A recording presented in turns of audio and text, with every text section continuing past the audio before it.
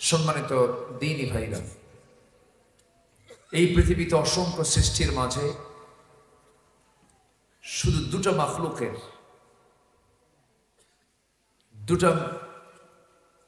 মাখলুকের আল্লাহ পাক বিচার করবেন, তাকে আবার জিন্দা করবেন, আবার তাকে মৃত্যু থেকে জিন্দা করবেন।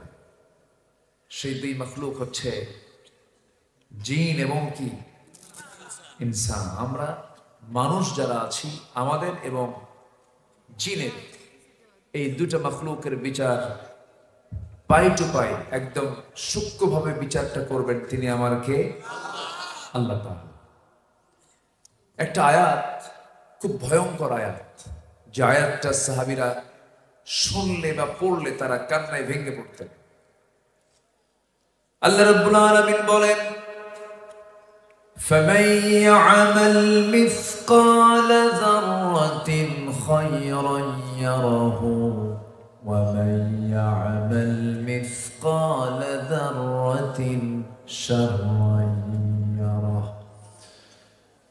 এই দুনিয়ার জিন্দেগিতে যারা যাররা পরিমাণ ভালো কাজ করবে সেদিন তা সে দেখতে পাবে, আবার যাররা পরিমাণ পরিমাণ যে বান্দা খারাপ কাজ করবে তাও কিয়ামতের দিন তা দেখতে পাবে।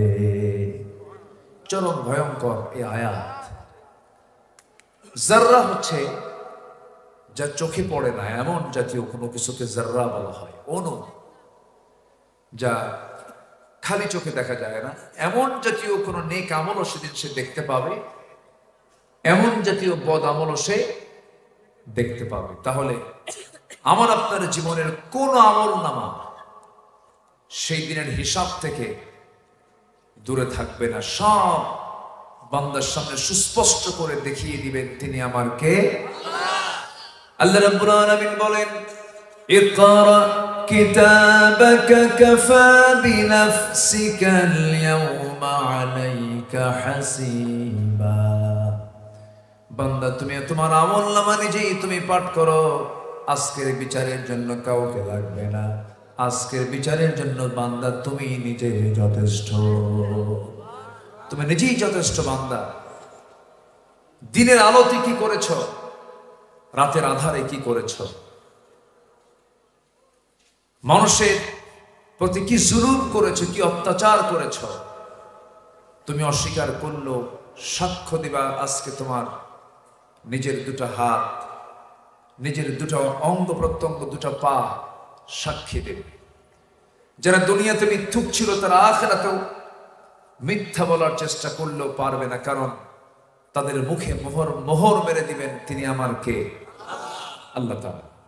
কি ভয়ঙ্কর আয়াত এগুলো। আল্লাহ রাব্বুল আলামিন বলেন, আল-ইয়াওমা নাখতিমু আলা আফওয়াহিহিম ওয়া তুকাল্লিমুনা আইদিহিম ওয়া তাশহাদু আরজুলুহুম বিমা কানু ইয়াকসিবুন। জোরে বলুন আল্লাহু আকবার।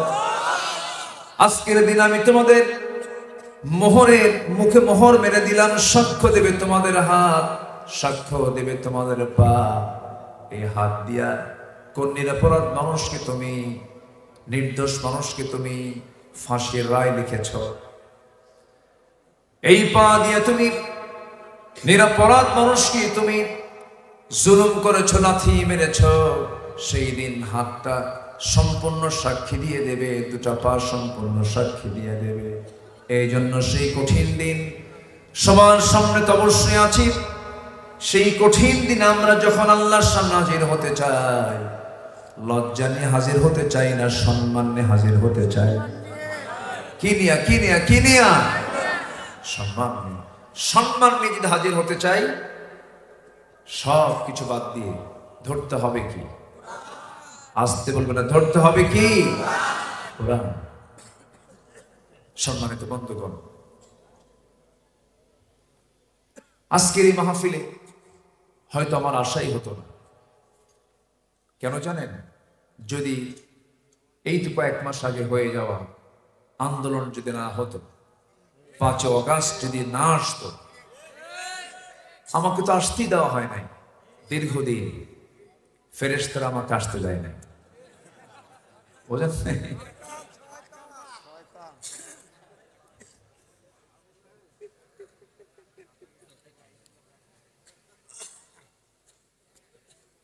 একটু অসুস্থ না?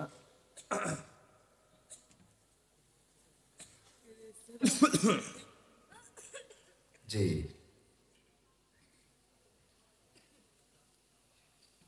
সেই ফেরেশতাগুলো গেল কোথায়?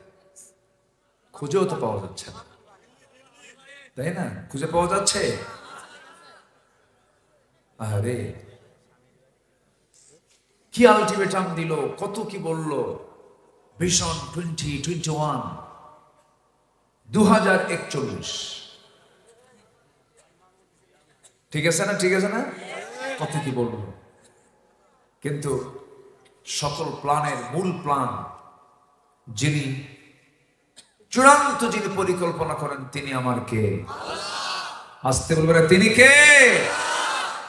তার কোনো কিছু বাস্তবায়নের সময় লাগে? আল্লাহ রাব্বুল আলামিন বলেন, ইন্নামা আমরুহু ইযা আরাদা শাইআন আন ইয়াকুলা লাহু কুন ফায়াকুন। তিনি যখন কোনো কাজের ইচ্ছা পোষণ করেন, শুধু তিনি বলেন কোন, সঙ্গে সঙ্গে মাইক্রো সেকেন্ডের আগেই তা বাস্তবায়ন হয়ে যায়। জোরে বলি সুবহানাল্লাহ। ফেরাউন তার পতনে কয়েক মিনিট আগেও টের পায় নাই যেই দুনিয়ায় আমাকে আল্লাহ পাক চুবায়া মারবেন, আমি এই দুনিয়ায় আমার পতন হবে, সে কিন্তু নিজেও টের পায় নাই। ফেরাউন পৃথিবীতে বেঁচে ছিল হলো 1600 বছর, আরে এরা ছিল হলো 16 বছর। সংখ্যার মিলটা দেখছে? মিল আছে না? একটা মিলও কিন্তু আছে, চরিত্রগত মিলও আছে।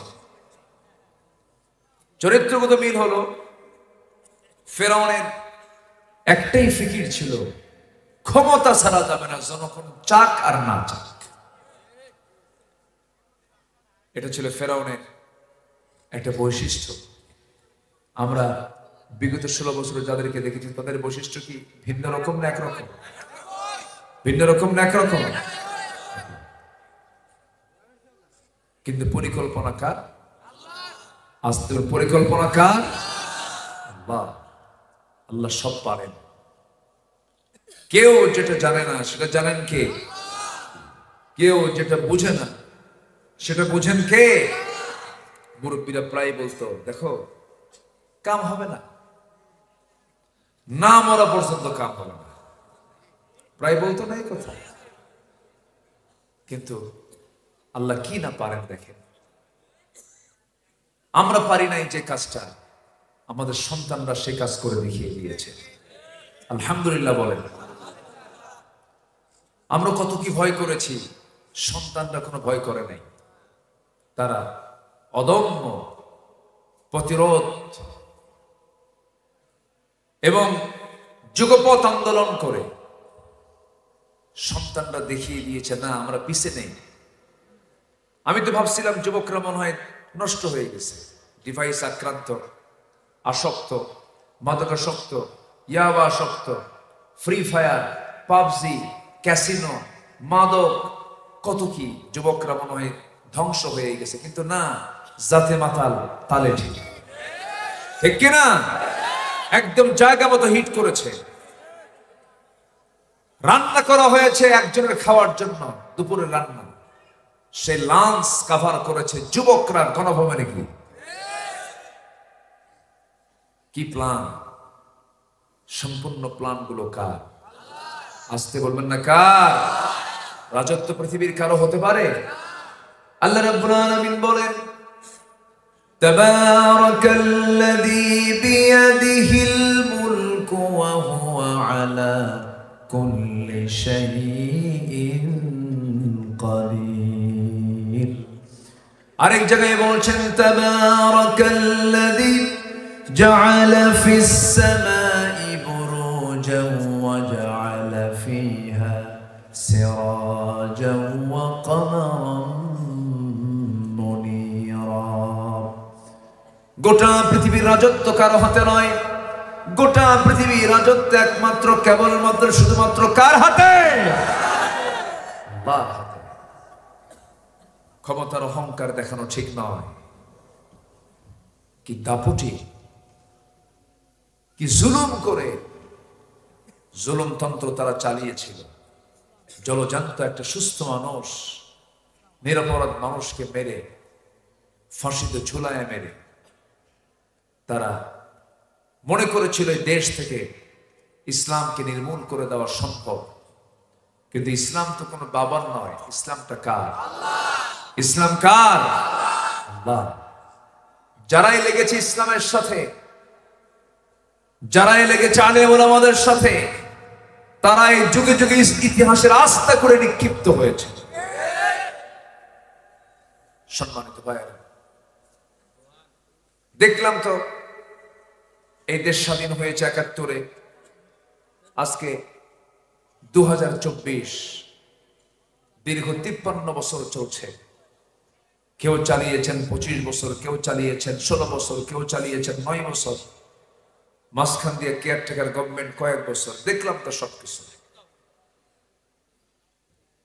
সবাই মুসলমান ছিলেন, দেশ শাসন করেছেন, কিন্তু ইসলাম দিয়ে তারা দেশ চালান নাই। তার ফলাফল আজকে ১৮ কোটি তৌহিদি জনতার এই বাংলাদেশে মাত্র নামাজি মুসলমানের সংখ্যা হলো মাত্র ৫%। কয় পার্সেন্ট? ৫%। কি ব্যাপার? একটু জিকির করি লা ইলাহা,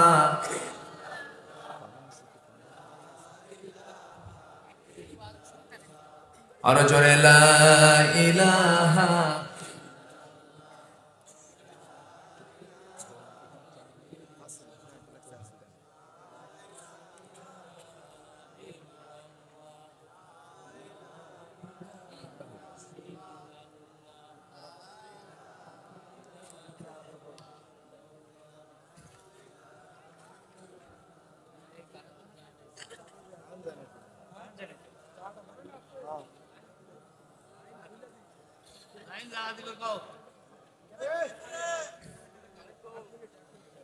আরো জোরে লা ইলাহা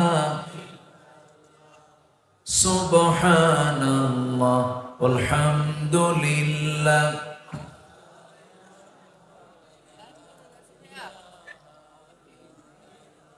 আরো জোরে লা ইলাহা,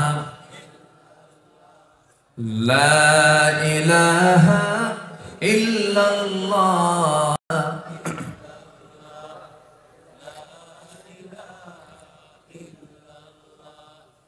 লা ইলাহা ইল্লাল্লাহ মুহাম্মাদুর রাসূলুল্লাহ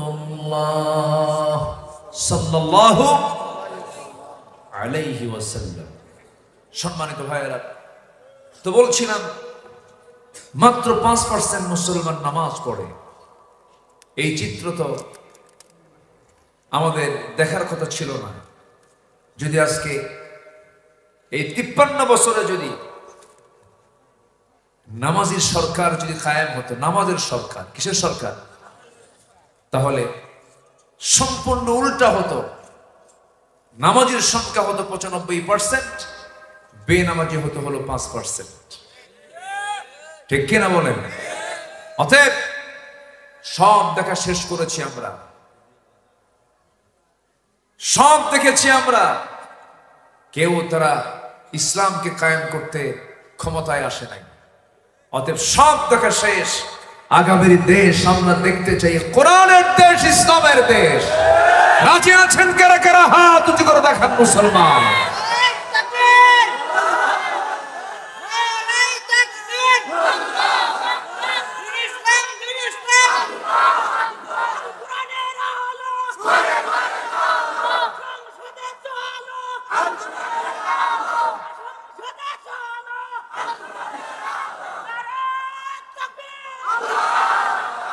আল্লাহ কবুল করুন, জোরে বলি আমিন। সম্মানিত ভাইয়েরা, মাহফিল কমিটি ছিল থানার কাছে এক দাগি আসামির মতো। যে কমিটি মাহফিল করতে যেতেন, আগে যাওয়া লাগতো থানায়, থানায় আসা যাওয়া করতে জুতার তলা ক্ষয় হতো, মাহফিলের অনুমতি মিলত না। আজকে সম্পূর্ণ তার উল্টা হয়ে গেছে। এখন থানায় কমিটিকে ফোন দিয়ে বলে কিছু লাগবে, ঠিক কিনা? এত বাড়াবাড়ি ভালো না। যখনই কেউ সীমা লঙ্ঘন করে, তখন সেই সীমা লঙ্ঘনের সকল ষড়যন্ত্র ভেঙ্গে চুরমার করার জন্য সিদ্ধান্ত নিয়ে নেন তিনি আমার কে? সম্মানিত ভাইয়েরা, সময় খুব বেশি নাই, আমার পরবর্তী মেহমানও তিনি কথা বলবেন। আমি জাস্ট একটা সাবজেক্টকে নিয়ে আমি একটু কথা বলতে চাচ্ছি। শুরু হয়ে গেছে কথা অনেক আগেই। সেটা হলো, আমরা দুনিয়া সাজাবো না আখিরাত সাজাবো? ভালো করে বলেন, একটু চিন্তা করে কম। আমরা দুনিয়া সাজাবো না আখিরাত সাজাবো? দুনিয়া চাই না আখিরাত চাই? দুনিয়ার দরকার নেই, দরকার নেই দুনিয়ার। একটু ভালো করে বলবেন, দুনিয়ার দরকার নাই? দুই দিকে গেল।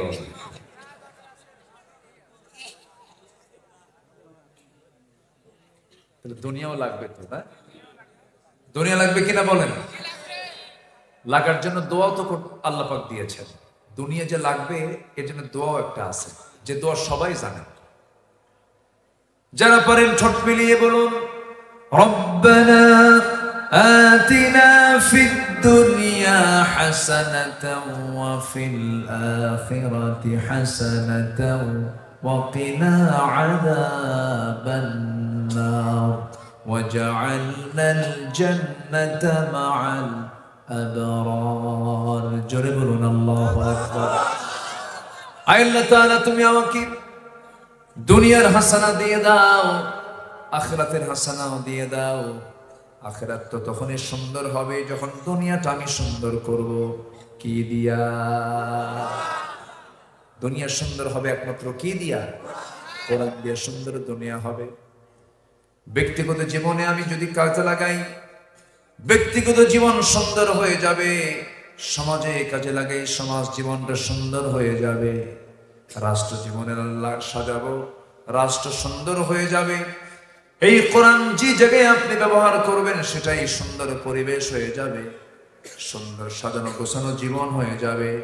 এই জন্য আমার বন্ধুগণ, এই দুনিয়াতে মুসলমান যতদিন কোরআনকে সম্মান করেছে, কোরআনকে ইত্তেবা করেছে, মর্যাদার উচ্চাসনে সমাসীন হয়েছে, যেদিন মুসলমান কোরআনকে ছেড়ে দিয়েছে সেদিন থেকে মুসলমান মায়ের খাওয়া শুরু হয়েছে। নির্যাতিত হচ্ছে আজকে মুসলমান। 56টি মুসলিম রাষ্ট্র গোটা পৃথিবীতে, 180 কোটি মুসলমান।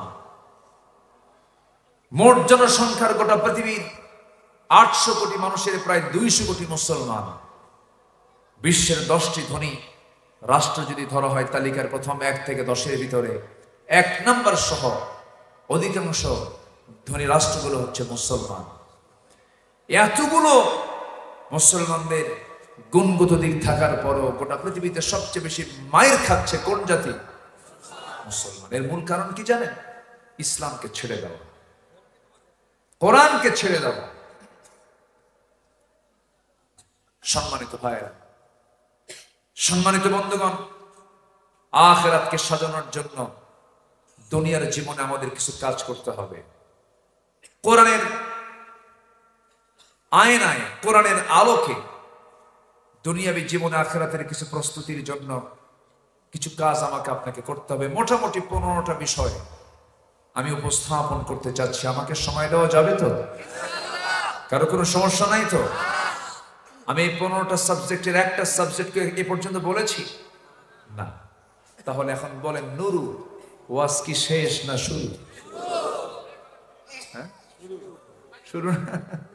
কিন্তু আমার তো খুব অল্প সময়, আমার পরবর্তীতে আরো মেহমান আছেন। কোন আপত্তি নাই তো? আলহামদুলিল্লাহ। এত সুন্দর মানুষ আপনারা, বলি আলহামদুলিল্লাহ। রাত 3টায় এত মানুষ বসে থাকা, এটা একটা ভিন্নতা। আমি অবাক হয়ে যাচ্ছি, এত রাতে মানুষ বসে থাকে, তো বিশাল ব্যাপার, বলি আলহামদুলিল্লাহ। চরম ধৈর্যশীল আপনারা। 1 নম্বর যেটা লাগবে সেটা হলো আখিরাতের প্রস্তুতির জন্য মূল পুঁজি, যেটা 1 নম্বর, সেটা হলো দ্বিধাহীন, সন্দেহ মুক্ত, সংশয় মুক্ত ঈমান লাগবে। কি লাগবে বলেন তো? ঈমান। হয়তো মনে মনে চিন্তা করছেন, হুজুর এটাই 1 নম্বর বলেন, ঈমান তোমার আছে, নামাজ পড়ি আর না পড়ি ঈমান তোমার পাকা আছে। কি আছে না? এরকম কিছু লোক আছে না? আছে। নামাজ নাই, ঈমান কি পাকা। মানে পরনে লুঙ্গি নাই, মাথায় তো টুপি আছে, কিন্তু পরনে কি নাই? কোনটা বেশি জরুরি? মাথার টুপি দরকার না আগে লুঙ্গি দরকার? ঈমান তো আগে লাগবে। কিন্তু ঈমান এটা তো বংশীয় সূত্রে পাওয়া কোনো জিনিস নয়। বাপ মুসলমান, আমিও মুসলমান, এই পরিচয় দিয়ে কি জান্নাত পাওয়া যাবে? হয়তো দেশের আইডি কার্ড হবে, আপনার যে আইডি কার্ড এটা হবে যে আপনি কি, আপনার ধর্ম কি? ইসলাম। বাবার নাম কি? মুসলিম। আপনি মুসলিম, আপনি জাতিগতভাবে ধর্মের দিক থেকে আপনি মুসলমান, এটা আপনার আইডি কার্ডে থাকবে। কিন্তু এই আইডি কার্ড দিয়ে কি আল্লাহ জান্নাত দিবেন? দুনিয়ার কিছু কাজ কারবার হবে। এক বেচারি, সে আইডি কার্ড বানাবে, তার আইডি কার্ড নাই, প্রয়োজন। তো অফিসে গেছে, তার নামটা লিখে দিয়ে আসছে, নাম হচ্ছে নিয়ামতুল্লাহ। কি নাম? নিয়ামতুল্লাহ। তো আইডি কার্ড বানাতে দিয়েছে, বানান হয়ে গেছে। তো পরে আরেকদিন গেছে, সেটা ডেলিভারির দিন, যেটা সেই দিনে গিয়ে বলতেছে, ভাই আমার আইডি কার্ডটা প্রস্তুত হয়েছে নাকি? হ্যাঁ হয়েছে। তো আইডি কার্ড হাতে নিয়ে দেখে নিয়ামতুল্লাহর জায়গায় হয়ে গেছে নাউজুবিল্লাহ। কি হয়ে গেছে? নাউজুবিল্লাহ। তো আপনার এই আইডি কার্ড দিয়ে আপনি দুনিয়াতে ঠিক আছে, নিয়ামতুল্লাহ ভালো আছে, আপনি মুসলমান ঠিক আছে, কিন্তু এই আইডি কার্ড যদি আপনার সাথে ইসলামের সম্পর্ক না থাকে, সেদিন আপনার ওই আইডি কার্ডে মুসলিম থাকবেন না, হয়ে যাবেন, সরেও লাগাতে হবে অমুসলিম। ঠিক কিনা?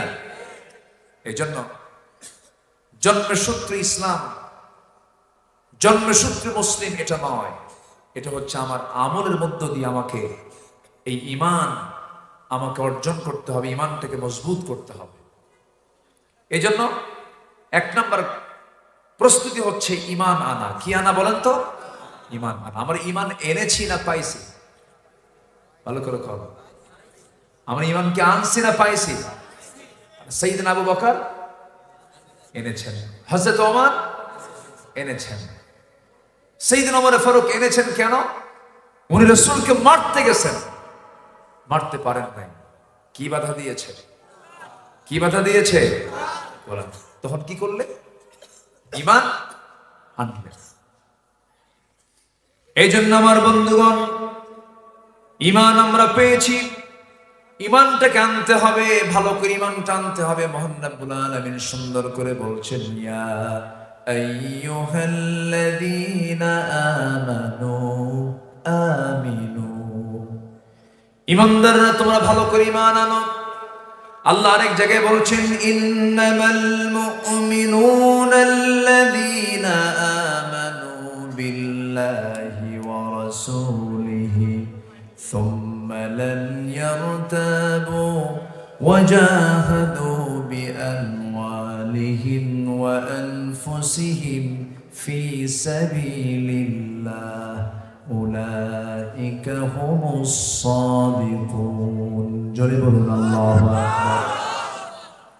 নিঃসন্দেহে মুমিন তো তারাই, আল্লাযীনা যারা আমানু ঈমান আনলো, বিল্লাহি আল্লাহর উপরে, ওয়া রাসূলিহি তার রাসূলের উপরে, সুম্মা লাম ইয়ারতাবু এবং যারা তাতে সন্দেহ রাখলো না, ঈমান আনতে হবে সন্দেহযুক্ত না সন্দেহ মুক্ত?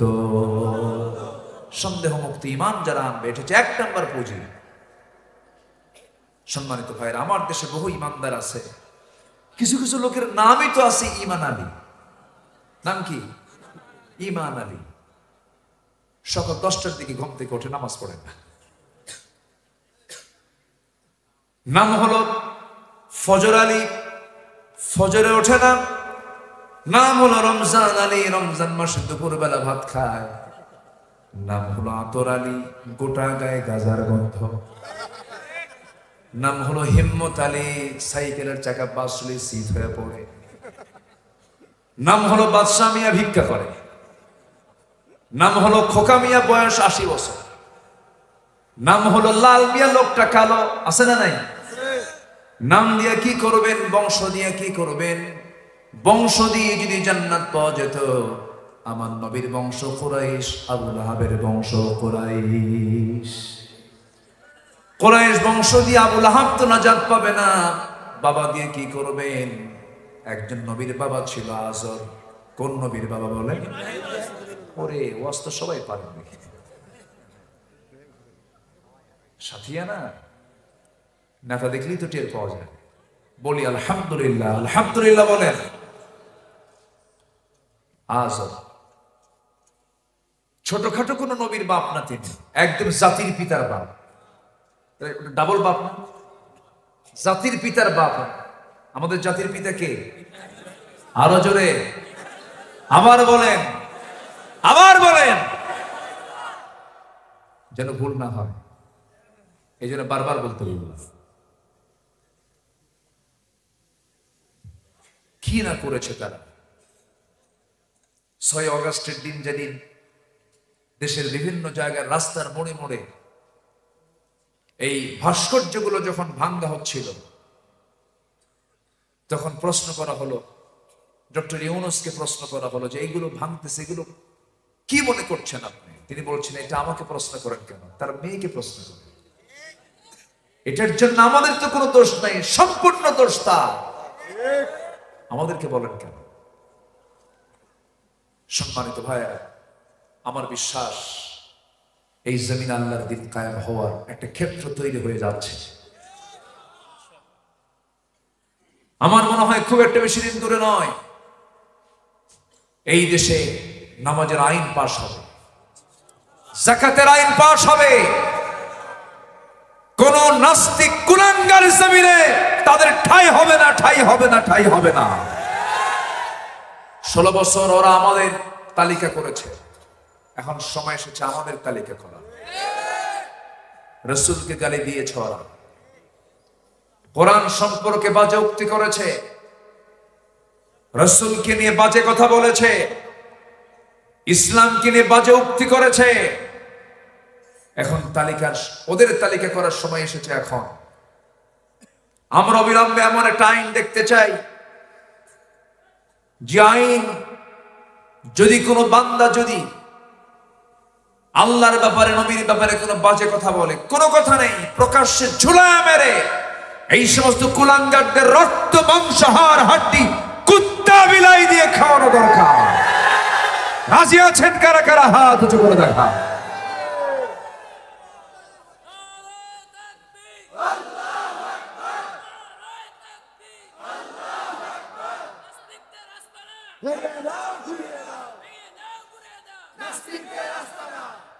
আল্লাহ কবুল করুন, জোরে বলি আমিন, আরো জোরে আমিন। চিন্তা করা যায় কিভাবে তারা দেশ থেকে পালানো শুরু করলো। আমরা তো পালাই নাই, আমরা পালাইছি নাকি? আলেমেরা পালায়?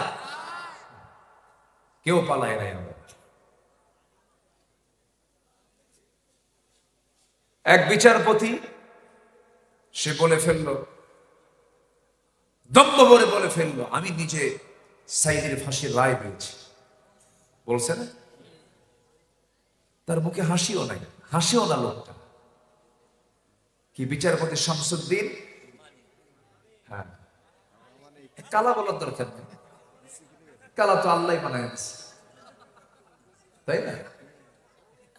ওর চেহারায় জীবনে আমি হাসি পাই না, ও হাসি না। যারা হাসে না ওদের বউরা যে কেমনে থাকে আমার বুঝে আসতেছে না, বুঝে আসে না। যাদের মুখে হাসি নাই তাদের বউরা মনে মনে করে মরবে কোন দিন ওঠে। একটু হাসাহাসি করা দরকার, তো একটু বিনোদনের দরকার আছে না নাই? খুনসুটি করতে হয়, স্ত্রীকে সময় দিতে হয়। আমার নবীজি ক্রিটিক্যাল সফরগুলো, জটিল সফরগুলো তো রাসূল বউ ছাড়া যান নাই। হজের সফর কষ্ট, হজের সফর কষ্ট না? যারা হজ করেছেন ব্যাপক সফর তো অনেক কষ্ট, হ্যাঁ অনেক কষ্ট। সেই হজের সফর আমার নবীজির জীবনে হয়েছে একবার। কয়বার? একবার। স্ত্রীকে সাথে নিয়ে চলে গেছে। স্ত্রীকে সাথে নিয়ে হজে যাওয়া আমার নবীজির একটা সুন্নার বাস্তবায়ন। আমার এই কথাটা শুনে আমাদের এই এলাকার মায়েরা খুব খুশি। হুজুর ভালো করে করেন। বুড়াখালী একা যায়, বুড়াখালী একা যায়। স্ত্রী তো একমাত্র সাথী স্বামীর জীবনে, আবার স্ত্রীর জীবনে স্বামীটা এক নাম্বার সাথী। এই জন্য এই দুটো যুগল মাওয়াদ্দাতুন ওয়া রাহমা, আল্লাহ পাক এই দুটার মধ্যে রেখেছেন ভালোবাসা এবং রহমত। ভালোবাসাও রেখেছেন, রহমতও রেখেছেন। আর বিয়ে ছাড়া, স্বামী স্ত্রী ছাড়া যে সম্পর্ক হয় ওর মধ্যে শুধু হয়তো কিছু ভালোবাসা থাকে কিন্তু কোনো রহমত নাই। আর রহমত না হলে তখন কি হয়? ওটা গজব। দেখেন না, যারা বিয়ের আগে আকাম কুকাম করে, বিয়ের আগে যারা বিবাহ পূর্ব যারা সম্পর্ক গড়ে, নোংরামি করে, বিয়ের আগে সব প্রেম শেষ, বিয়ের পরে আর মোহাব্বত থাকে না। বিয়ের পর হয় কিলাকিলি আর ছাড়াছাড়ি। কিলাকিলি আর কি ছাড়াছাড়ি। অতএব যুবকরা, দেশের পরিবর্তন এনেছ, এই পরিবর্তনটাকে কন্টিনিউ করার জন্য সবার আগে তোমার সবচেয়ে বড় অস্ত্র হলো তোমার উন্নত চরিত্র গঠন করতে হবে। তুমি তোমার উন্নত চরিত্র গঠনের মধ্য দিয়ে যদি সামনের দিনগুলো পরিচালনা করতে পারো, কোন বাতিল শক্তি মাথা চালা দিয়ে উঠতে পারবে না। আমার নবীজি স্ত্রীকে সময় দিতেন। উহুদ যুদ্ধে আমার নবীজি যুদ্ধ চালাচ্ছেন, রাতের বেলা একটু সুযোগ পেয়েছেন। রাতের আধারে তাঁবুর ভিতরে ঢুকে বলছেন, আয়েশা কয়েকদিন যাবৎ যুদ্ধ চলতেছে, তোমাকে সময় দিতেই পারি না, চলো চাঁদনি রাতে দুজন মিলে দৌড়ের পাল্লা দিয়ে কে ফার্স্ট হয় দেখি। আমার নবীজি আম্মা জান আয়েশাকে সঙ্গে করে নিয়ে রওনা দিলেন, দৌড় মারলেন। আমার নবীজি ইচ্ছা করে নিজে আস্তে করে হেরে গেলেন, আম্মা জান আয়েশাকে বিজয়ী করে দিলেন। আম্মা জান আয়েশার মনটা ভালো হয়ে গেল, প্রফুল্ল হলো। অনেকদিন পর আম্মা জান আয়েশা বলেন, হঠাৎ করে একদিন মদিনার মাটিতে বলছেন, আয়েশা ওই যে ওই রাতে তুমি আমাকে হারায়া দিয়েছিলা, আজকে দেখি দৌড়ের পাল্লা দিয়ে কে ফার্স্ট হয়। সেই দিনের দৌড় মেরে আমার নবীজি আমাকে হারায়া দিয়ে বললেন, আয়েশা ওই রাতের হারিয়ে যাবার জবাব আজকে আমি বিজয়ী হয়ে দিয়ে দিলাম। নবীজি সময় দিতেন, পরিবারকে সময় দিতেন, সন্তানদেরকে সময় দিতেন। নাতির সামনে দাঁড়ালে তিনি নানা হয়ে যেতেন, স্ত্রীর সামনে দাঁড়ালে স্বামী হয়ে যেতেন, যুদ্ধের ময়দানে দাঁড়ালে যোদ্ধা হয়ে যেতেন, মসজিদে দাঁড়ালে ইমাম হয়ে যেতেন। এমন কোন দিক এবং বিভাগ নাই যা তার মধ্যে অনুপস্থিত ছিল। এই জন্য আল্লাহ বলছেন, লাকাদ কানা লাকুম ফি রাসূলিল্লাহি উসওয়াতুন হাসানাহ লিমান কানা ইয়ারজুল্লাহা ওয়াল ইয়াওমাল আখির ওয়া যাকারাল্লাহা কাসীরা। জোরে বলুন আল্লাহু আকবার। তোমাদের জন্য উত্তম আদর্শের বাস্তব নমুনা অন্য কেউ নন, দুজন তিনজন নয়, একজন ব্যক্তি হচ্ছেন বাস্তব মডেল। তিনি হচ্ছেন জনাবে মুহাম্মদুর রাসূলুল্লাহ সাল্লাল্লাহু আলাইহি সাল্লাম।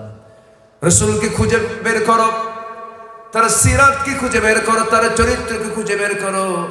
তোমার জীবনকে সুন্দর করার জন্য দূরে যাওয়া লাগবে না, কারো কাছে যাওয়া লাগবে না, রাসূলকে খুঁজে বের করে নাও। কোরআনের চরিত্রই হচ্ছে আমার নবীর একমাত্র চরিত্র। জোরে বলে সুবহানাল্লাহ। সম্মানিত ভাইয়েরা, বউ হচ্ছে ইমানের পাহারাদার। আপনি যদি স্ত্রীকে সাথে নিয়ে চলেন, আপনাকে কেউ ওয়াসওয়াসা দিতে পারবে না, ফিতনা থেকে বেঁচে যাবেন। যদি আপনি আপনার স্ত্রীকে সাথে নিয়ে ধরেন, এটা কি বাজার? সোনাতলা। সোনাতলা থেকে আপনি বেড়া যাচ্ছেন, ইজি বাইকে চড়েছেন অথবা কোনো ভ্যানে চড়েছেন, আপনার স্ত্রী আপনার পাশে, সামনে আরেকজন বেগানা কোনো নারী, হয়তো বোরকা নাই, কাপড় চোপড় নেই, এমন একজন নারী হয়তো সামনে উঠেছে, আপনাদের সামনে উঠছে। হঠাৎ করে যদি আপনার নজরটা যদি এই পর নারীর দিকে 29 সেকেন্ড যদি চায় থাকেন, কয় সেকেন্ড? 29 সেকেন্ড চেয়েছিলেন, হয়তো হঠাৎ করে আপনার নজরটা চলে গেছে, আর এই দৃশ্য যদি বইয়ের চোখে ধরা পড়ে, কি কথা কি বুঝতেছেন? যদি ধরা পড়ে, সারাদিন কিচ্ছু পাবে না। বাড়িতে চলে গেছেন, বউকে সাথে নিয়ে চলে গেছেন বাড়িতে, সন্ধ্যার পরে যদি একটু ডাক দিয়ে বলেন, সুইটি, থাও তোমার সুইটি, তুমি ছায়া থেকো আরেক দিকে, আগে নজর ঠিক করো, মহব্বত দেখা। তাহলে স্ত্রীর সাথে থাকার দরকার আছে না নাই? আসতে বলবেন না, আছে না নাই? আমার নবীজি যুদ্ধেও নিয়ে গেছেন, হজেও নিয়ে গেছেন, বিভিন্ন সফরে স্ত্রীকে সাথে নিয়ে যাওয়াকে রাসূল উত্তম মনে করতেন। আমার নবীজি খুনসুটি করেছেন, আনন্দ দিয়েছেন, তৃপ্তি দিয়েছেন, হেসেছেন, সাহাবা কিরামের গল্পগুলো শুনেছেন, মুস্কি মুস্কি হাসতেন। নবীজির পেটে খাবার ছিল না, মুখের হাসি ফুরাতো না। জোরে বলে সুবহানাল্লাহ। হাসতেন। আমার নবীর সামনে এক সাহাবী হঠাৎ দাঁড়ায় বলে, হুজুর আমার একটা ওয়াজ আছে। কি বলবা? হুজুর সে ওয়াজটা আপনাকে একটু শোনাবো। আমার রাসূল মুস্কি হাসি মেরে বলেন, তুমি কি ওয়াজ শোনাবে? হুজুর আমার কি সেই ওয়াজ নাকি? জাহেলি যুগের একটা ওয়াজ আমার আছে, বলো। সেই সাহাবী বলছেন, হুজুর আমি যখন দিন গ্রহণ করে নেই তখন একটা মূর্তির পূজা করতাম, ওকে দেবতা মনে করতাম, ভাগ্যের প্রতীক মনে করতাম, বুকের মধ্যে লালন করতাম, পিঠিয়ে নিতাম, বুকে নিতাম, অত্যন্ত সম্মান করে চলতাম। আমি একটা দিন কোন এক সফরে বের হব, লম্বা সফরে বের হব, হঠাৎ করে আমার রাস্তার ভিতরে প্রকৃতির চাপ চাপলো, শৌচকার্যের প্রয়োজন হলো। আমি এই দেবতা রাখবো কোথায়, এই মূর্তি রাখবো কোথায় চিন্তা করলাম। চিন্তা করতে করতে সামনে একটা উঁচু জায়গা পেয়ে গেলাম। উঁচু জায়গায় আমার মূর্তিটাকে রেখে দিয়া আড়ালে চলে গেলাম শৌচকার্য করার জন্য। টয়লেট কমপ্লিট করে যখন ফিরে আসলাম, মূর্তিটাকে আমি আমার বুকের মধ্যে নিয়ে নেব, সম্মান করে তুলে নেব, কিন্তু হুজুর দেখতে পেলাম ওই মূর্তির মাথা থেকে পা পর্যন্ত আপাত মস্তক সবটুকু পানি দিয়ে ভেজা। ভাবলাম হুজুর এটা বুঝে রহমতের পানি, বরকতের পানি। জিহাবাদে একটা চাটন মারা মাত্র দিকে আমতা আমতা গন্ধ, সামনের দিকে তাকায় দেখি একটা কুকুর লেজ গুটাইয়া যায়। কি কথা কি বুঝতেছে না? আমার নবীজি মুস্কি মুস্কি হাসলেন, সাহাবে কিরাম আওয়াজ দিয়ে হাসলেন। রাসূল পরে বলছেন, ও সাহাবী এর পরে কি বলো? হুজুর সামনে যখন কুকুরের দৃশ্য যখন চোখে ধরা পড়ে গেল, আমার মাথা থেকে পা পর্যন্ত রক্তগুলো টকবক শুরু হয়ে গেছে। এমন রাগ উঠছে, মূর্তিটা হাতের মধ্যে নিয়া চোখ বন্ধ করে সর্বশক্তি নিয়োগ করে এমন একটা আছাড় মারলাম, ভেঙ্গে চুরমার করে বললাম, যেই দেবতা নিজের অস্তিত্ব রক্ষা করতে পারে না, সে আমার কোনোদিন দেবতা হতে পারে না। এরপরে আমি আপনার দরবারে এমন রবের সন্ধান পেয়েছি, যিনি আকাশের মালিক, জমিনের মালিক, মহান রব্বুল আলামিন। জোরে বলি সুবহানাল্লাহ। সাহাবীর এই বর্ণনায় রাসূল হাসছিলেন, সাহাবে কেরাম আওয়াজ দিয়ে হাসতেছিলেন। এই জন্য আমরা একটু হাসি, কিছু কান্না। হাসি কে দিয়েছেন? কান্নাও কে দিয়েছেন? একটা ইমানদারের জীবনে হাসিও থাকবে, কান্নাও থাকবে। ওই বদমাইশটার কোনো হাসি ছিল না, মুখ ভেসকে বলতো যে আমি নিজে সাইডে ফাঁসির রায় দিয়েছি। কই সেই দাপট গুলো গেল কোথায়? পালানোর জন্য সিলেট হয়ে ত্রিপুরা অথবা গুয়াহাটি হয়ে দিল্লি যাবে, ওই যে বোনটা ম্যাডামটা বসে আছে ওইদিকে যাবে, কিন্তু পারে নাই। সিলেটবাসী খুব ভালো তো, শাহজালালের মানে পুণ্যভূমি সিলেট, এমন আপ্যায়ন করছে, খালি কোর্টে নেওয়া মাত্র ভিসা আউট, মানে বিচারের আগে আরেক ভিসা। এই কথা কি বুঝতেছেন আপনারা? কার ফয়সালা? আসতে বলবেন না, কার ফয়সালা? আল্লাহর ফয়সালা। সম্মানিত ভাইয়েরা, অনেক কথা এক রাত তো, সব দিক থেকে একটু একটু করে বলছি আমি। তাহলে আখিরাতকে সাজানোর জন্য দুনিয়াতে আমরা 15টা কাজ করে যাবো। এর মধ্যে 1 নম্বর হলো ঈমান আনবো আমরা সন্দেহ মুক্ত হয়ে, দ্বিধাহীন ভাবে, জোরে বলি ইনশাআল্লাহ। নাম্বার 2, জিহাদ করা। কি করা? জিহাদ করা। জিহাদের নাম তো আমরা নিতে গেলে আমাদেরকে জঙ্গি বলতো, আর ইসলামের সাহিত্য নিয়ে যদি কেউ একবার পুলিশের কাছে যায়, বলে দিত জঙ্গির কিতাব। কি ঠিক কিনা? এই জঙ্গি নাটক আমরা দেখেছি 16 বছর। তারা ইসলামকে জঙ্গিবাদ বলে আখ্যা দেওয়ার চেষ্টা করেছে। হোল ওয়ার্ল্ডের এজেন্ডা বাস্তবায়ন করার জন্য পশ্চিমাদের, অমুসলিমদের এজেন্ডা ষড়যন্ত্র করেছে। তারাই ইতিহাস থেকে মুছে গেছে, মুছে দিয়েছেন তিনি আমার কে? আল্লাহ পাক। জিহাদের গুরুত্ব আছে না নাই? নামাজ সালাত আদায় করা সবার জন্য কি? জিহাদ করাও কি? আসতে জিহাদ করা কি? মুনাফিকও নামাজ পড়ে, মুনাফিকও নামাজ পড়ে, মুনাফিকও রোজা রাখে, মুনাফিকও দান সদকা করে, কিন্তু মুনাফিক জিহাদ করতে পারে না। মুনাফিক জিহাদ করতে পারে না, কিন্তু ওদের চাপা খুব শক্ত। যত রক্ত লাগে দেব, প্রয়োজনে লোক পাঠাবো, আমি যাবো না। আছে না? আছে কিনা বলেন? কিন্তু ইমানদার এমনটা হবে না। ইমানদার বলবে কি? আল্লাহ বলছেন ইমানদাররা কারা? ওয়াজাহাদু বিআমওয়ালিহিম ওয়া আনফুসিহিম ফি সাবিলিল্লাহ উলাইকা হুমুস সাদিকুন। যারা আল্লাহর পথে মাল দিয়ে, জান দিয়ে যারা জিহাদ করবে, আল্লাহ বলছেন প্রকৃত সত্যবাদী হলো এই সমস্ত বান্দাগুলো। এরাই হলো সত্যবাদী। এরাই কি বলেন? সত্যবাদী। আমার নবীজি শুধু জিহাদের ডাক দিয়েছেন, ডাকতে দেরি হয়েছে, যেতে দেরি হয়নি। শুধু বলেছেন কে আছো, বদর যুদ্ধের ডাক এসেছে। আবু জেহেলরা লোহিত সাগরের পাশ দিয়ে ঘেঁষে ঘেঁষে বদর প্রান্তর পর্যন্ত পৌঁছে গেছে। কারা আছো আমার সঙ্গে জিহাদে যেতে প্রস্তুত? পেটে খাবার নাই। প্রথমবার রোজা ফরজ হয়েছে ওইবার, দ্বিতীয় হিজরিতে রোজাদার সাহাবীরা শূন্য পেট নিয়ে রাসূলকে বলছেন, ইয়া রাসূলুল্লাহ, আমরা রোজাও রাখবো, জিহাদও করব। আমার রাসূল বললেন, না, ইন কুনতুম মারদা আও আলা সাফারিন, জিহাদের চাইতে বড় কঠিন সফর আছে। যদি তোমরা অসুস্থ হও অথবা সফরে থাকো, রোজা তোমরা পরে রাখতে পারবে। রাসূল বললেন, তোমাদের রোজা তোমরা ভেঙে ফেলে দাও, কারণ জমিনে দিন কায়েমের সংগ্রাম করার জন্য দৈহিক শক্তির দরকার আছে না নাই? তরবারি হাতে নিতে গেলে শক্তির দরকার আছে না নাই? রোজা ভেঙে ফেলে দাও। সাহাবে কেরাম রোজা ভাঙলেন।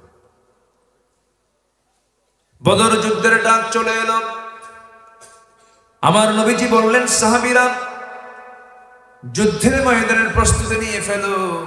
কিন্তু এমন অভাবের সেই মদিনায় সাহাবাদের জীবন কালগুলো পরিচালিত হচ্ছিল, খাবার নাই, পেটটা শুকায় গেছে।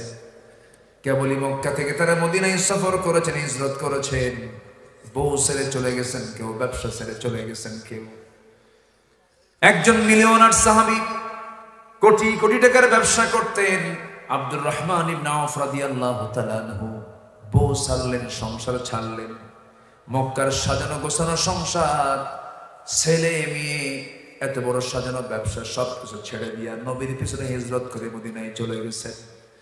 নবী একদিন তাকে দেখে ফেলে রসুলকে দেখে বলছেন, আব্দুর রহমান, এই দুই চোখ সাক্ষী তোমার মক্কায় কত সম্পদ ছিল, বিশাল সম্পদের মালিক তুমি ছিলে, সব ছেড়ে তুমি মদিনায় চলে আসলে, তোমার কি কষ্ট হয় না? আব্দুর রহমান ইবনে আওফ জবাব দিচ্ছেন, ইয়া রাসূলুল্লাহ, হিজরতের ফলাফল আল্লাহকে পেলাম, রসুলকে পেলাম, এর চাইতে বড় আনন্দ আমার জীবনে আর দ্বিতীয়টা নাই। সব মাইনাস করে দিয়েছেন, বউটাও আসে নাই, বউটাও ঈমান আনে নাই। রসুল বলছেন, আব্দুর রহমান, আমি তোমার জন্য দোয়া করে দেই, তোমার জন্য ব্যবস্থা করে দেই। দেখিতে মদিনার কোন ধনী সাহাবী আছে তার সঙ্গে পরিচয় করে দেব।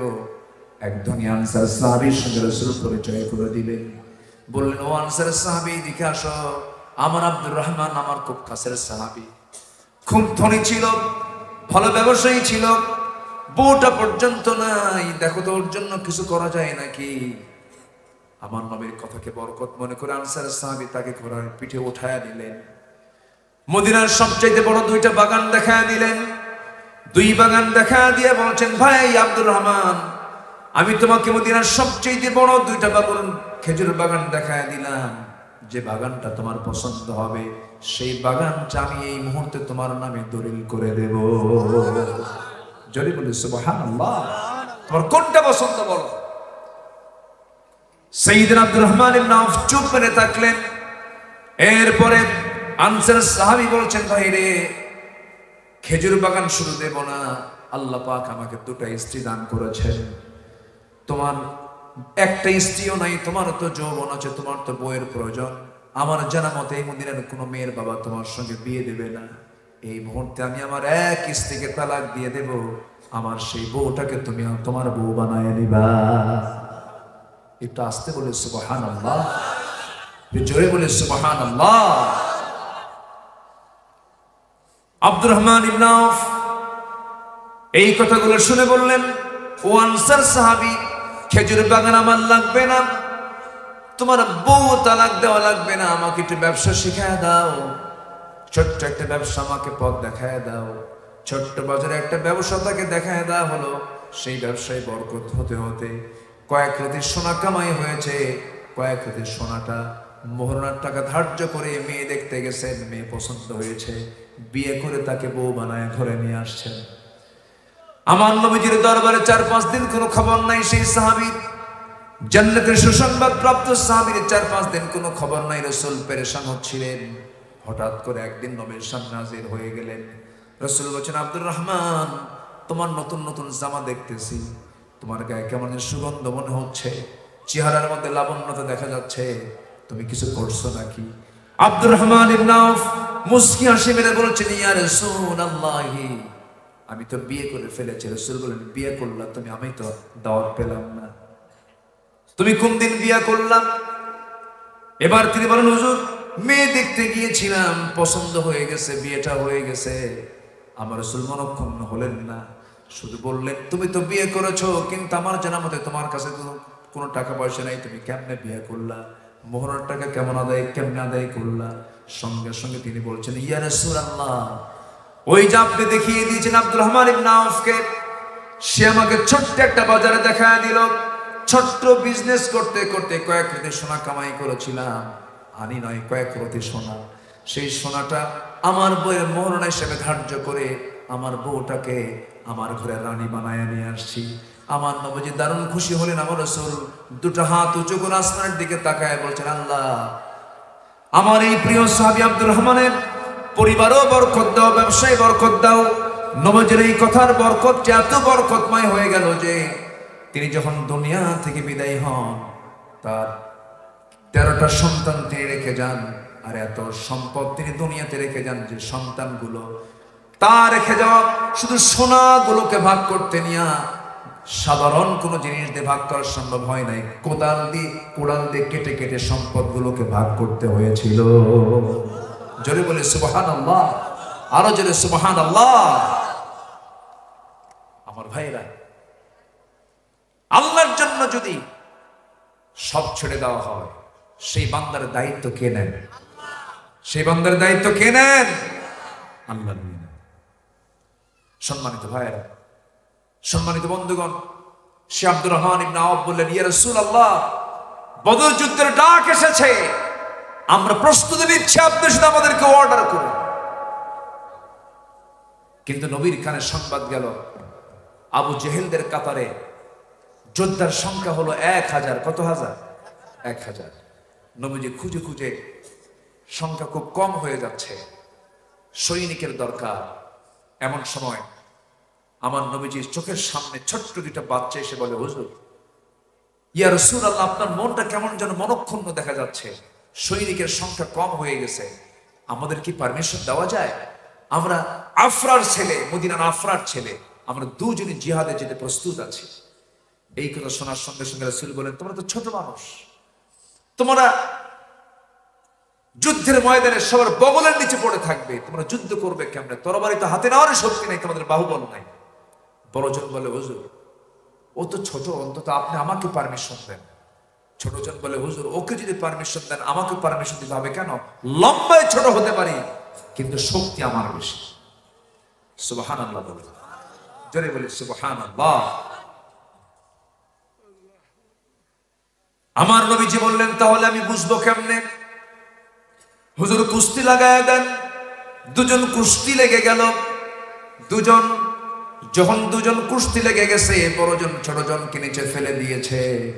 ছোটজন বড় ভাইয়ের কানের মধ্যে মুখ ঢুকায় বলে, ভাই রে, তুমি আমার চাইতে বয়সে বড়, তুমি আমার চাইতে শক্তিশালীতে বড়, লম্বায় বড়, আমি তোমার সঙ্গে লড়াই করে পারবো কেমনে? কিন্তু একসঙ্গে খাই, ঘুমাই, একসঙ্গে চলাফেরা করি। ভাইরে, তুমি আজকে একাকী যুদ্ধের ময়দানে যাবে কেমন হয়? অন্তত আমাকে যাওয়ার পারমিশন তৈরি করে দেওয়ার জন্য গায়ের শক্তি কমায় দাও, তোমার বুকের উপর একটাবার উঠে প্রমাণ করে বুঝায় দেই, শক্তির দিক থেকে আমি কোনো অংশ কম নই। এই কথা শোনার সঙ্গে সঙ্গে আমার রাসূল তার চোখের পানি আটকাতে পারলেন না। ছোট্ট দুইটা বাচ্চাকে কোলের মধ্যে তুলে নিয়ে আরশের দিকে তাকায়, আকাশের দিকে তাকায় রাসূল বলছেন, আল্লাহ, এই ছোট্ট দুইটা শিশুর শক্তি নাই গায়ের, কিন্তু ইমানের জোর আছে। জোরে বলে সুবহানাল্লাহ। ইমানের জোর আছে। আল্লাহ, আমি দুজনকে পারমিশন দিয়ে দিলাম। 313 জন সাহাবীর মধ্যে ছোট্ট দুইটা বাচ্চা, মুআজ 11 বছর 13 বছরের বাচ্চাগুলো অনুমতি পেয়ে গেছে। জোরে বলে সুবহানাল্লাহ। যুদ্ধের পারমিশন নিয়ে চলে গেছে ছোট্ট দুইটা বাচ্চা। 313 জন সাহাবীর প্রথম কাতারের যে সমস্ত মুজাহিদ, প্রথম কাতারের ঠিক মাঝখানে ছোট্ট দুইটা বাচ্চা দাঁড়ায় আছে। এক সাহাবীকে মাঝখানে দাঁড় করায় রেখে সেই সাহাবীকে লক্ষ্য করে বলছে, চাচা, আমরা যুদ্ধ করতে এসেছি, আমরা সংগ্রাম করতে এসেছি। শুনেছি আবু জেহেল নাকি খুব কষ্ট দিত রাসূলকে। চাচা, একটু দেখায় দেন তো আবু জেহেলটা কে? দেখেন, মানুষ দুটো ছোট, কিন্তু টার্গেট বড়। সাহাবী মনে মনে চিন্তা করছে, আর আবার কি করে? বারবার বলতেছে, চাচা একটু দেখায় দেন তো আবু জেহেলটা কে? বলতেছে, ওই যে ঘোড়ার পিঠে দুই দিকে পা ছেড়ে দিয়ে বসে আছে, ওকে পাহারা দিচ্ছে ওর সৈনিকরা, ওটাই হচ্ছে কাফেরদের লিডার আবু জেহেল। সাহাবী বলছেন, এত রাগ কেন তোমাদের তাদের উপর, তার উপরে? দুজনই বলতেছে, আমাদের রাগ হলো একটাই কারণ, সেটা হলো রাসূলকে সবচেয়ে বেশি নাকি কষ্ট আবু জেহেল দিয়েছে। আল্লাহু আকবার বলুন। কি মুহাব্বত তাদের মধ্যে কাজ করেছে। শুধুমাত্র বলেছে, ওই যে ঘোড়ার পিঠে বসে আছি। এই কথা শোনার সঙ্গে সঙ্গে বাজ পাখির মতো উড়ন্ত হয়ে সিংহের মতো গর্জন দিয়া দৌড় মেরে চলে গেছে। ছোট্ট দুইটা তরবারি দুজন হাতে নিয়ে আবু জেহেল ঘোড়ার পিঠে দুইটা পা দুই দিকে ছেড়ে দিয়ে বসে আছে। ছোট্ট দুইটা বাচ্চা পজিশন নিয়ে দাঁড়ায় আছে। আল্লাহু আকবার আওয়াজ দিয়ে দুইজনই সজোরে পায়ে এমন জোর আঘাত এনেছে, এক আঘাতে ওই আবু জেহেল ধরাশয়ী হয়ে জমিনে পড়ে গেছে। কোমর সোজা করে আবু জেহেল আর জীবনে দাঁড়াতে পারে নাই। আল্লাহু আকবার বলেন, আল্লাহু আকবার বলেন। বিজয়ী হওয়ার জন্য গায়ের শক্তি দরকার না ঈমানের শক্তি দরকার? বিজয়ী হওয়ার জন্য সংখ্যা দরকার না ঈমান দরকার? বিজয়ী হওয়ার জন্য অস্ত্র দরকার না ঈমান দরকার? আল্লাহ এই জন্য বলছেন, ইমান আনো, জিহাদ করো। ইমান নাই, জিহাদে টিকবা না। জিহাদ আছে, ইমান নাই, টিকবা না। ইমান আছে, জিহাদ নাই, তাও থাকবে না, তুই মুনাফিক। ঠিক কি না? মুনাফিক চেনার জায়গায় নামাজ না জিহাদ? বলেন বলেন বলেন। মুনাফিক চেনার জায়গায় কি নামাজ না জিহাদ? জিহাদ। এজন্য আল্লাহ পাক ইমান এবং জিহাদকে এক জায়গায় নিয়েছেন সূরা হুজুরাত আয়াত নাম্বার 15। কেবল এক নাম্বার গেল, আরো আছে কয়টা? কাম সারছে। হ্যাঁ,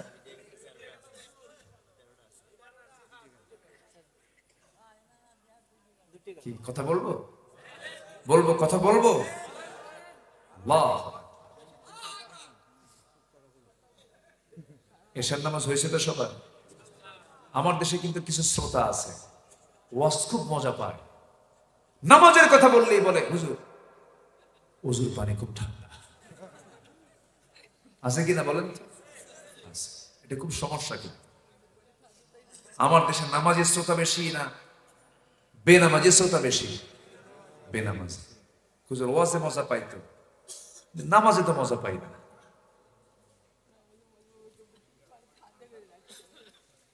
তাহলে সবাই কি নামাজ পড়তে রাজি আছে? নামাজ পড়তে রাজি আছি? কয় ওয়াক্ত নামাজ?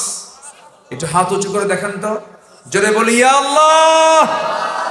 আমাদেরকে 5 ওয়াক্ত সালাত আদায় করার তৌফিক তুমি আল্লাহ দিয়া দাও। জোরে বলি আমিন। আরো জোরে আমিন। নাম্বার 2 হলো তাকওয়া।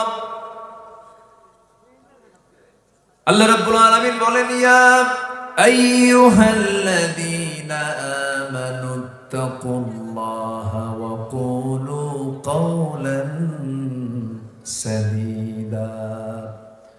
নাম্বার 3 হলো ন্যায় বিচার প্রতিষ্ঠা করা, সদাচার হওয়া।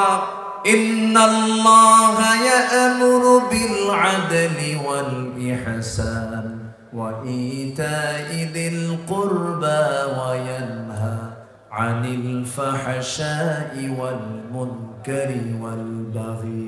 জোরে বলুন আল্লাহু আকবার। নাম্বার 4 হলো দ্বীনের সঠিক ইলম অর্জন করা। নাম্বার 5 হলো অধিক সংখ্যক নেক আমল করা, জান্নাত পাওয়ার জন্য, আল্লাহর নৈকট্য হাসিলের জন্য, আখিরাতকে সাজানোর জন্য, আখিরাতকে সুন্দর করার জন্য। এই দুনিয়াতে পাপের কাজ বেশি হবে না নেকের কাজ বেশি হবে? আমাদের কারো তো পাপ নাই, আস্তের পাপ নাই। মানুষ যার নাম তার পাপ আছে না নাই? এই ওঠেকে ধরেন তো, এই উঠলো কেন? ভাই আব্বা,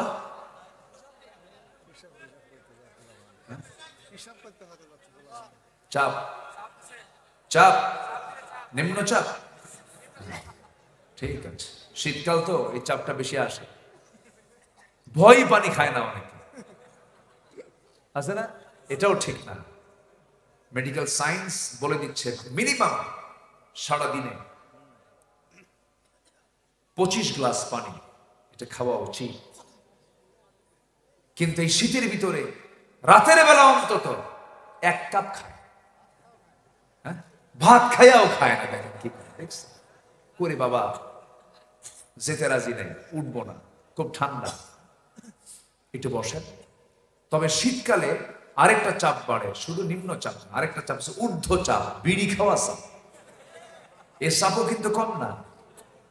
ওরে বাপরে বাপ, সে বিড়ির টান মারে কি, সেই টান ইটের ভাটা ফেল।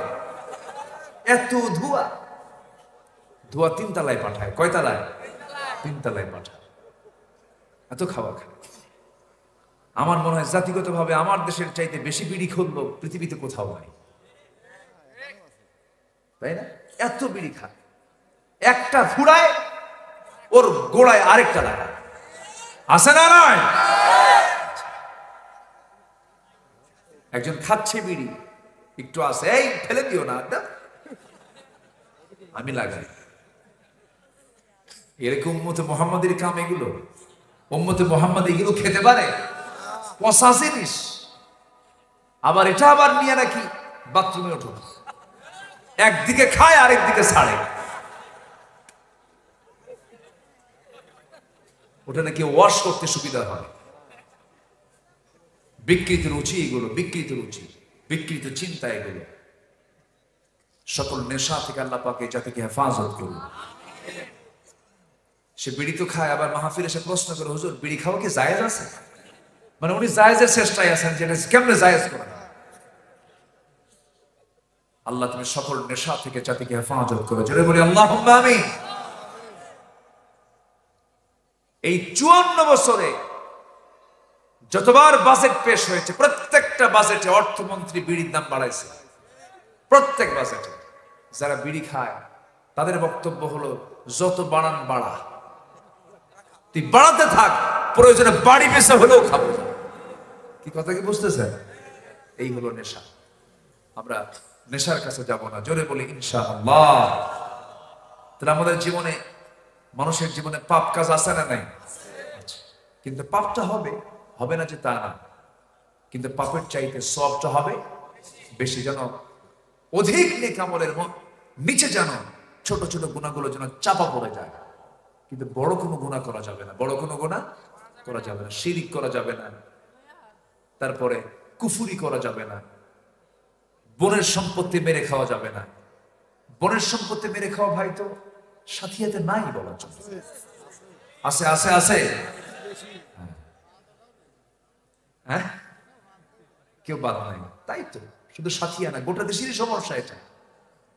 বোনকে সম্পত্তি বুঝে দেয় না, বোনের সাথে এত অভিনয় করে, রাগ করে কথা কয় না, আমি কি তোর ভাই হই?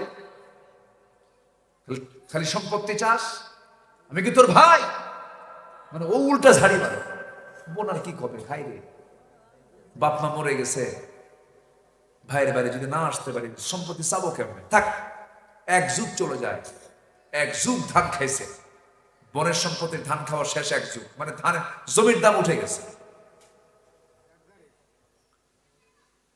হঠাৎ করে বোন একদিন বলেই ফেললো, ভাই এখন সম্পত্তি দাও। এত সুন্দর অভিনয় করে, বোন তো ছাড়বে না জমি। যত দামি দামি খাবার আছে, যত দামি দামি ফলমূল আছে, সব বাড়িতে হাজির করে, পিঠা, পার্বণ, তারপর আর কি আছে, সব কিছু এক জায়গায় করে।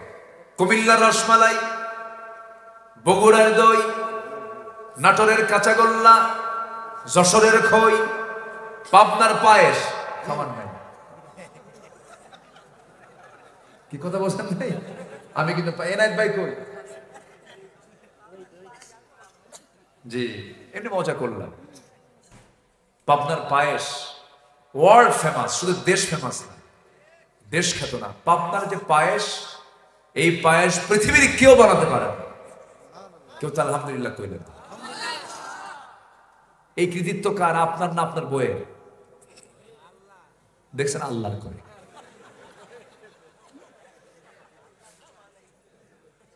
জি খুব মজা, জান্নাতের খাবার তো, পায়েস তো জান্নাতের খাবার বলবো আমি। কেন? দুধ। কি বলেন, কি এর মধ্যে কি আছে? জান্নাতের 4টা নহর থাকবে, তার মধ্যে দুধের নহর থাকবে, আর সেই দুধ দিয়ে বানানো হচ্ছে আপনারা পায়েস। ও কি আর খারাপ হয়? বলি আলহামদুলিল্লাহ। আজকে কিন্তু বাকি থাকলো, ভবিষ্যতে কাজে লাগাই দিয়ে। জি আলহামদুলিল্লাহ। পাবনার মানুষ অতিথি পরায়ণ, অতিথি পাইলে খুব খুশি হয়, আলহামদুলিল্লাহ বলে। তো সব খাবার এক জায়গায় জড়ো করে বোনকে খাওয়ায়, খাওয়ায় শুধু পিঠ দোয়ায় আর মাথায় হাত। বোন তুমি খুব ভালো, একটা কথা কই কি, অংশ নিলে কিন্তু ধ্বংস হবে। দেখছেন, শয়তান থেকে ওহী নাযিল হইছে। আছে না নাই? আছে না নাই? তিলকা হুদুদুল্লাহ লিযযাকারি মিসলু হাযযিল উনসাইন। কি আছে না? আল্লাহ তাআলা মেয়ের অংশ কি আগে বুঝায় দিয়েছেন, আগে মেয়ের অংশ বুঝে দাও, এরপরে তুমি নাও। লিযযাকারি মিসলু হাযযিল উনসাইন, আগে মেয়ের অংশ। ছেলে 2 বিঘা পাবে, তো মেয়ে 1 বিঘা, ও কাকে বুঝায়? হজ করতেছেন, বোনকে ফাঁকি দিয়া হজ কবুল হবে না। মসজিদ বানাচ্ছেন, বোনকে ফাঁকি দিয়া, জমি না দিয়া, আপনি জান্নাতে ঘর পাবেন না, সব বাজেয়াপ্ত হয়ে যাবে। এগুলো কবিরা গুনাহ। কি গুনাহ বলেন তো? কবিরা গুনাহ। পাপ হবে, পাপ হবে না কেন? পাপ হবে, কিন্তু পরিকল্পিত ইচ্ছাকৃত কোনো পাপ করা যাবে না। নাম্বার 6 হলো ধৈর্য ধারণ করা। নাম্বার 7 হলো আল্লাহর উপরে ভরসা করা। নাম্বার 8 হলো আখিরাতকে মূল আবাসস্থল হিসেবে মূল লক্ষ্য হিসেবে গ্রহণ করে নেওয়া। ওয়া ইন্নাদ দারাল আখিরাতা লাহিয়াল হায়াওয়ান লাউ কানু ইয়ালামুন। নাম্বার 9 হলো নিজেকে পরিবারকে জাহান্নাম থেকে বাঁচানোর চেষ্টা করা। নাম্বার 10 হলো তওবা করা। তওবা করব কার কাছে? আসতে বলবেন না, কার কাছে? গুনাহ হবে আমার, মাফ করবেন কে? তওবা করলে ক্ষমা করার ওয়াদা করেছেন তিনি আমার কে? বান্দা তুই আমার দিকে হেঁটে হেঁটে আসবি রে, আমি তোর দিকে দৌড়া দৌড়া যাব। বান্দা তুই আমার দিকে 1 হাত আগাবি, আমি তোর দিকে 10 হাত আগাবো। জোরে বলে সুবহানাল্লাহ। নাম্বার 11 হলো আল্লাহর পথে দান করা। দান যে কত বড় শক্তিশালী জিনিস। আপনি দান করবেন, আল্লাহ পাক আপনাকে রোগী বানাবেন না। আপনি দান করবেন, আল্লাহ পাক আপনাকে বিপদে ফেলবেন না। দান হচ্ছে শক্তিশালী একটা ঢাল। যার জীবনে দান সাদকা আছে তার জীবনে অসুখ হবে না, তার জীবনে বিপদ আসবে না। জোরে বলে সুবহানাল্লাহ।